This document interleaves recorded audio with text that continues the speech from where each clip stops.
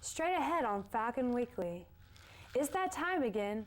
College night has officially started, and we've got a live report on the ticket sales for the oldest college homecoming tradition in the country. Plus, Hollywood mourns the death of famed actor Philip Seymour Hoffman. Hear what officials are saying about his tragic death. And Seahawks win the Super Bowl. We've got the highlights from football's biggest night and a recap of some of the best Super Bowl commercials. Falcon Weekly starts now.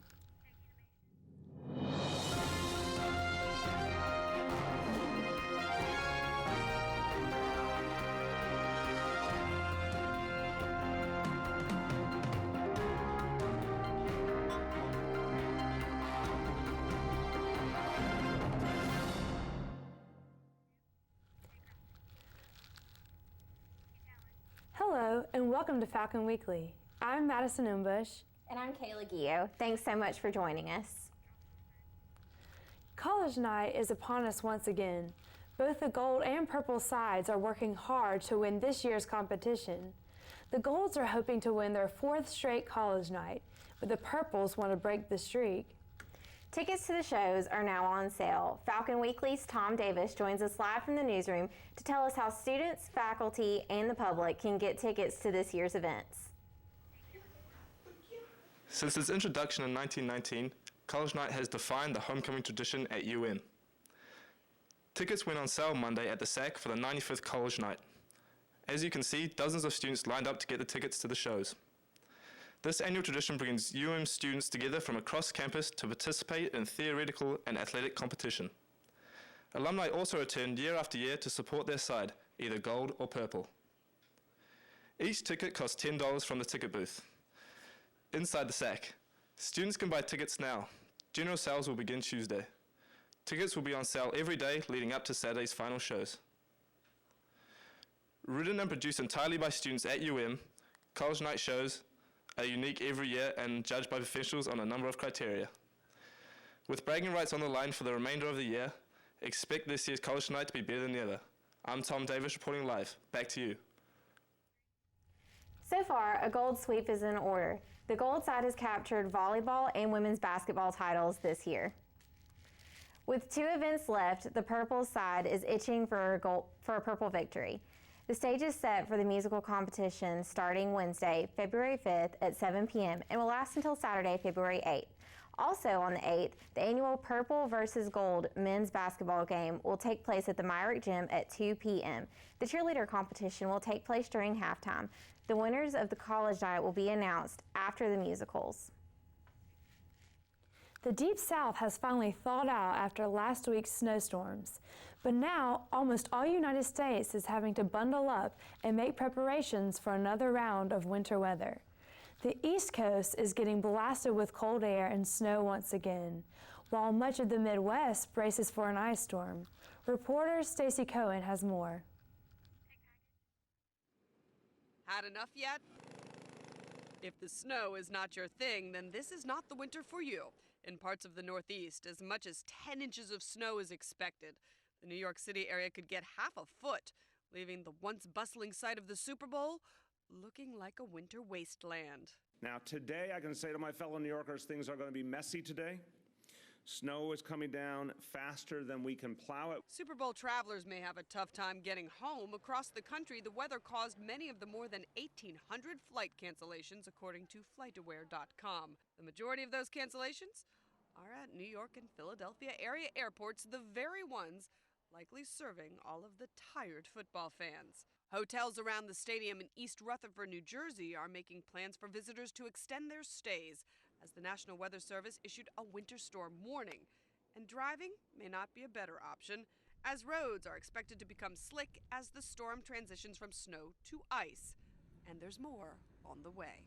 The fact is that we are facing not 1, not 2, but 3 storms potentially this week. Meanwhile, the Midwest is gearing up for what's billed as a significant ice storm. A winter storm warning is in effect, and the system is expected to hit Oklahoma City, Kansas City, St. Louis, Chicago, and Detroit between now and Wednesday. I'm Stacey Cohen. So, will the wintry weather affect our forecast? Falcon Weekly's Sloan Gibby joins us with a look at this week's weather. You know, Sunday was Groundhog's Day, so can we expect to see more of this winter weather or see an early spring? It depends on which groundhog you ask. The famous Puxawinky Phil did see his shadow, which means 6 more weeks of winter. But our own local forecaster, Birmingham Bill, did not see his shadow. Who do we believe? Only time will tell. What we do know is that this week's temperatures will be a little warmer than last. Let's take a look.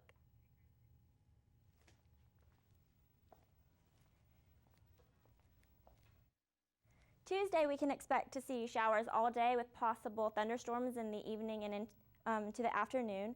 Wednesdays and Thursday will be partly cloudy with lows into the 30s. And Friday and Saturday, well, we can expect to see showers all day, so the weekend will have lots of rain, but it should dry up on Sunday with a high of 46. And that's a look at this week's weather. Be prepared for some showers and make sure to stay warm and dry. That's a look at this week's weather. Back to you guys. Central Alabama has thawed out after last week's snowstorm. After many wrecks and hours of standstill traffic during Tuesday's snowfall, the state of Alabama will likely not purchase more snow equipment. The Alabama Department of Transportation's Tony Harris said the cost of new machinery outweighs the benefit of having it after the snowstorm of 1993. The state bought equipment, which did not come into useful because it rusted before the state ever needed it again. Harris says AlDOT already has trucks, snowplows, and equipment to spread sand and salt. Last Tuesday's snarled traffic forced many students and teachers to spend the night in their schools. And now, as a reward, some of those teachers will get a free beach vacation. The Beach Club Condos in Gulf Shores is offering 50 teachers a 2-night stay for free. After posting the offer on Facebook, the requests started pouring in the school. That got most teacher nominations will receive a free stay certificate to give away in a raffle. Winners will be announced this Wednesday on the Beach Club's Facebook page.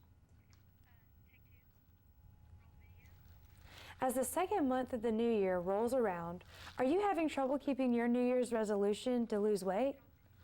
Well, there's an app for that. Find out how technology can help you maintain your weight loss goals. And Facebook turns 10 years old this week. But is it in its prime, or is the social media giant already over the hill? See what people are saying about the status of Facebook. Those stories and more when Falcon Weekly returns.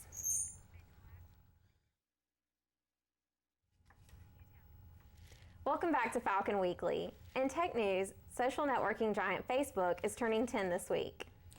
As other major social networking sites gain on Facebook, is it possible that Facebook is taking a step back? Irene Cardenas hits the bricks to see what UM students think about Facebook and other popular social networking sites. I got family in Georgia, California.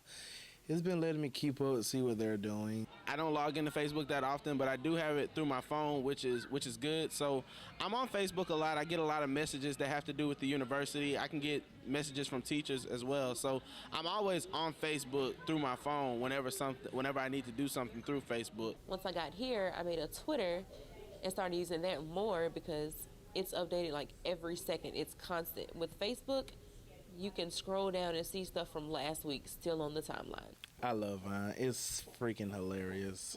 Makes me laugh. I'll look at it about 2-3 hours a day. They're funny, they're quick, so I can watch a lot and not get bored. So right now it will be Twitter because of the convenience of finding out new and recent information. No one has time to scroll through everything when you can just look at Twitter, see something you like, retweet it, and you're done. Happy birthday, Facebook. Happy birthday, Facebook. Happy birthday, Facebook. Turning to health news, a new study says the fate of a kid's weight can be determined by the time they are just 5 years old. A research team from Emory University weighed and measured the more than 7,700 children who were in kindergarten in 1998 7 times over a 9-year period. The study found that children who were overweight when they were 5 were 4 times more likely to become obese by the end of the study. With many people trying to be healthy and lose weight, some are turning to technology to help them shed the pounds. Samuel Burke shows us some websites and apps that are helping folks get fit in 2014. Doesn't look like somewhere you'd usually work out, but now an internet connection can bring a personal trainer right into your home. Can you show me the jump shot again? Wetlow.com is one of the new services that uses your webcam and a web browser to allow you to work out with a trainer anytime, anywhere. Good, you got it. Here's 8, 2 more. Yoga, Pilates, aerobics, strength training. Group classes cost $14, one-on-one with a trainer, $29. I feel like it works even better than gyms, and it's just really functional, useful, and convenient. Next exercise. Or you can use apps to lose weight or bulk up. Foot to Foot Crunch. Passion for Profession is a free app to guide you through sit-ups. It takes you through a series of 8 exercises and is counting you through each one. 1, 2. Definitely technology and fitness very, very much are colliding. On the technology side, you have engineers and venture capitalists, and then on the fitness side, you have, scientists who are looking at evidence-based methods to change behavior. Runtastic has a free app to track your push-ups. It counts it by when your nose touches the screen of your phone, so it's making sure that you're going all the way down. I think these apps are great because they really make it easier for people to work out. And that's ultimately what we want, is people to find ways to incorporate working out and exercise into their daily lifestyle and routine. Dr. Narula says consult a doctor first if you have heart problems or any other health issues. But with more than 1/3 of the entire world overweight, she says any attempt to focus on exercise is worthwhile, whether it's push-ups or sit-ups on an app or working out in the kitchen. There you go. And then let's do jump rope. Samuel Burke, CNN. Excellent. Now let's turn to entertainment news. Falcon Weekly Wilbur Scott joins us now with a look at what stories have people talking. Hi, Scott. Hi, guys. First up, some sad news from the acting world. Oscar-winning actor Philip Seymour Hoffman has died. Hoffman was found dead in his Manhattan apartment Sunday. Initial reports say that the cause of his death is apparent drug overdose.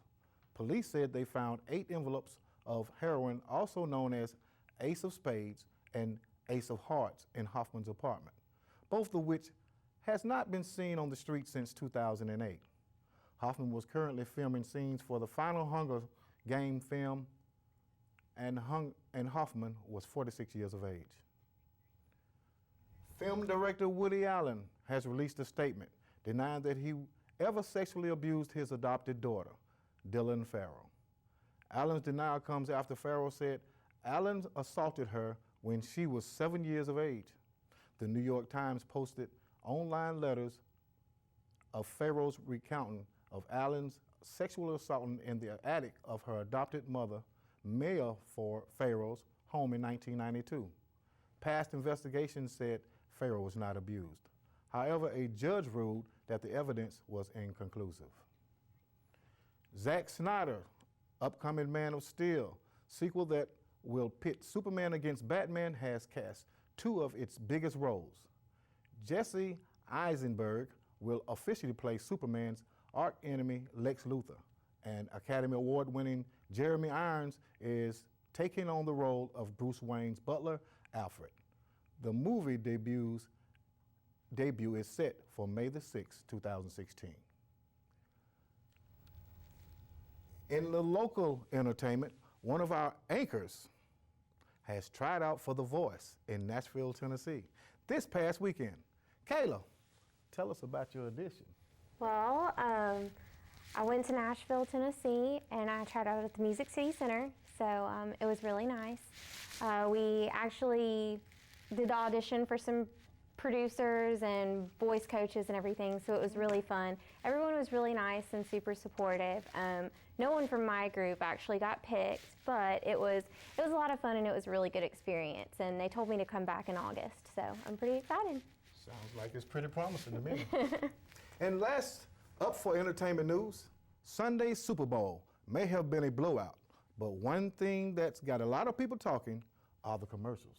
Oh, that is true. The Full House reunion for the Dannon commercial was by far my favorite. I was such a fan of Full House, and to see John Stamos in any commercial, I just love it. Yeah, and I like the one with the Radio Shack commercial, the one that went back to the 80s where they had the little guy down there and he was grinding out. I mean, I enjoyed that one. I thought that was, you know, something funny and entertaining. That was all really the 80s funny. characters. Yeah. It drove off in a DeLorean. The Raisin, California Raisin, yeah, all that was fun. Yeah. And y'all have had to have seen the one with the puppy and the horse. Oh, yes. So cute. It was so precious. Yes, I like that one a so lot. cute. That one was my favorite. What love. So great. Yep. Now Dan joins us for a look ahead to sports. Of course, the Super Bowl is the big news. What else is going on? We'll tell you about a local jeweler who made what turned out to be an unsafe bet on the game. Now he's giving back $70,000 to his customers. Plus, we take a look at what's coming up for the 2014 Winter Olympics in Sochi, Russia. Sports is next.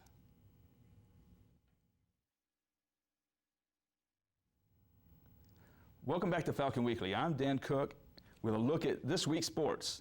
Almost 97 million viewers tuned in for Sunday night's Super Bowl on Fox. The game quickly turned into Seattle Seahawks highlight reel. It took just 12 seconds for Seattle to score.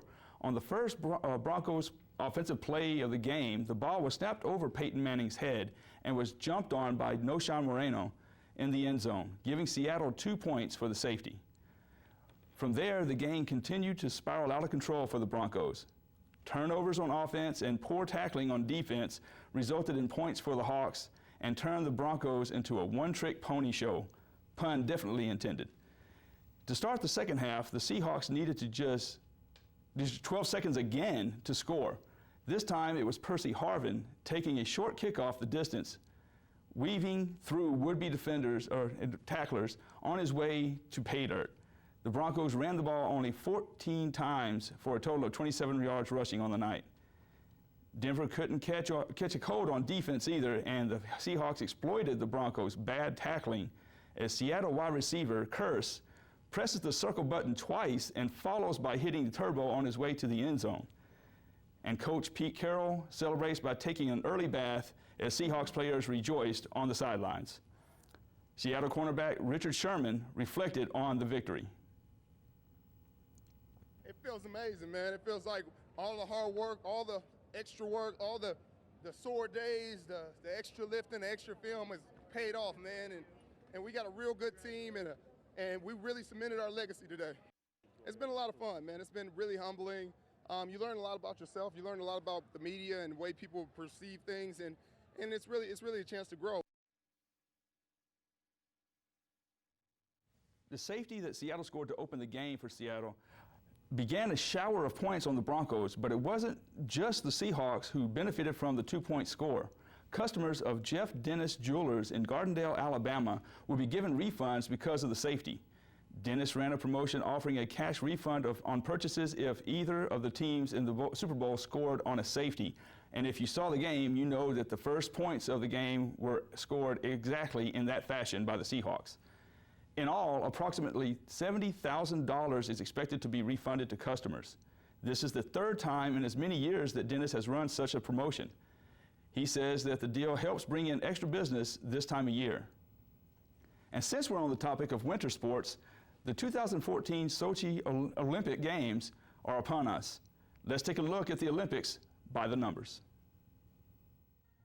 Sochi in numbers, 6,000 athletes and team members from 85 countries will gather for 17 days of action.